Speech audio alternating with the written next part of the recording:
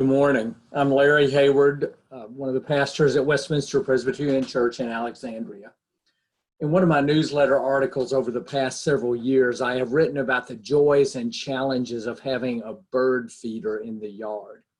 The joy being that of feeding some of God's creatures, the challenge being that of keeping others of God's creatures, namely squirrels, away. It is, after all, a bird feeder. In our COVID-19 sequestering, among the things Maggie tackled was searching online for a squirrel-proof bird feeder. And alas, she found one. She ordered it. Amazon delivered it in one of their several times a day treks down our street. It sat in the living room for a few days, all boxed up. And yesterday was the day I had set aside to assemble it, since even a box marked minimal assembly involved requires a day-long appointment on my non-mechanical calendar and requires deep psychological preparation on my part. It was hot. The bird feeder is a good 7 feet tall. It took me several hours to assemble it. But lo and behold, I got it done. I had no leftover parts. And by the end of the day, birds were happily fluttering around the fresh seed and squirrels were sulking in the corner of the yard. It is only our 8th summer in the house. 8 years to finally figure out how to keep squirrels away from the bird feeder. It's simple. Pay a lot of money and order a feeder that looks like the Tower of Babel. Someone once told a church session I was serving, you didn't get into this problem overnight, and you're not going to get out of it overnight, but you will get out of it. This advice, along with my bird feeder capers, are reminders that there are problems we face, challenges we face in our personal lives, our families, our work, our nation, our world, that take a lot of effort, a lot of patience, a lot of commitment, a lot of ingenuity, a lot of time, a lot of luck, often a lot of money.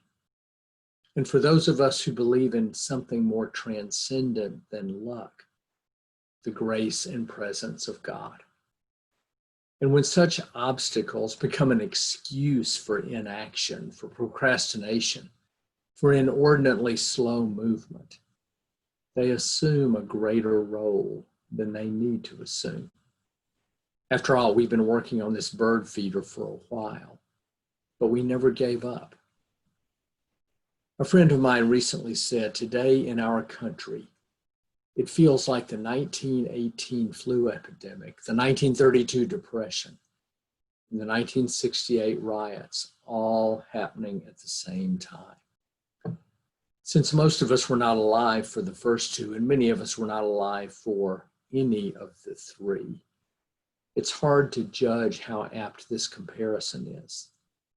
But suffice it to say, we didn't get into the problems we are addressing today overnight, and we won't get out of them overnight, but we will get out with our effort, with God's grace and presence, with not using the time it takes as an excuse for not taking action. Psalm 130. Out of the depths I cry to you, O Lord, Lord, hear my voice. Let your ears be attentive to the voice of my supplications. If you, O Lord, should mark iniquities, Lord, who could stand? But there is forgiveness with you, so that you may be revered. I wait for the Lord, my soul waits, and in his word I hope. My soul waits for the Lord. More than those who watch for the morning, more than those who watch for the morning. O Israel, hope in the Lord, for with the Lord there is steadfast love, and with him his great power to redeem. It is he who will redeem Israel, who will redeem us from all our iniquities. Amen.